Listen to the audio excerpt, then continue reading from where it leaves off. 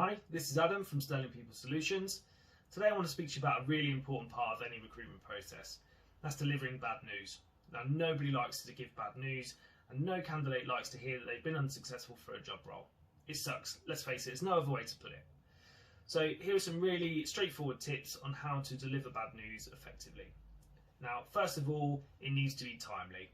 The longer a candidate has to wait, the worse it's always going to be. So please try and get that decision to your candidates as soon as physically possible. Number two, it needs to be constructive. The candidate needs to be able to come away from that conversation with some learning points to implement in future interviews so that they can increase their chances of being successful. Number three, excuse my French, but no shit sandwiches. Now, any recruiter that's been in the industry a long time will probably be familiar with this term. But it's essentially the process of starting off with a positive, delivering the bad news, and then masking it with another positive so that you end that call on a positive note. In my opinion, not an effective way of delivering bad news. It's not positive, it's negative. You haven't got the job, so why try and end that call on a positive note? What you should do is just be honest, upfront, get to the point really, and the candidate will respect you a lot more for doing so. Number four. Now, if a candidate has had to wait for a decision, especially from a recruiter, 9 times out of 10, that's because they're struggling to get the decision from their client. They're stuck in a chain. Usually, now I won't speak for all recruiters, but a lot of recruiters at this point would maybe try and make an excuse to keep the candidate in the process and keep them interested. In my opinion, what you should do is just be really honest. I'm really struggling to get the decision from my client. Apologies, I'll continue to try, but then find out from them how long are you willing to wait?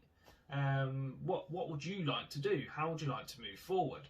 And agree some timelines. They may have other opportunities that are interested in hiring them, but they're waiting on the decision from you before they accept.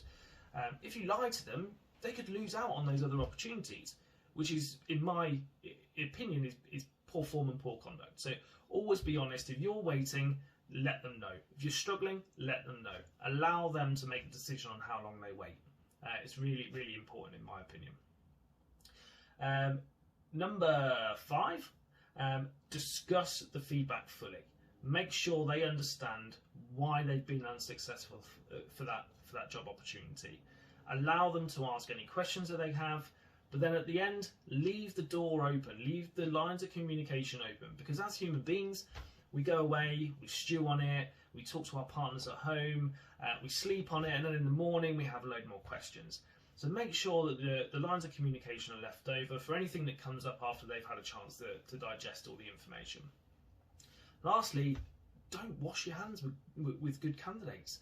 If you liked somebody enough to kind of, well, even to put your company name to them, present them to your client that trusts you to identify what good looks like, why walk away from them just because they've been unsuccessful for that job role? Why don't you use the feedback yourself as a learning point to go out there and identify a role that's a better fit for that candidate? We're in a time where talent is incredibly hard to come by. So why walk away from good people just because they didn't get the first job opportunity? It just doesn't make sense. So for me, there are some really easy and straightforward tips on how to deliver bad news effectively. I hope this helps. For some more tips on the recruitment process and various parts of the recruitment process, please follow the channel and also follow our social media platforms. Thank you very much.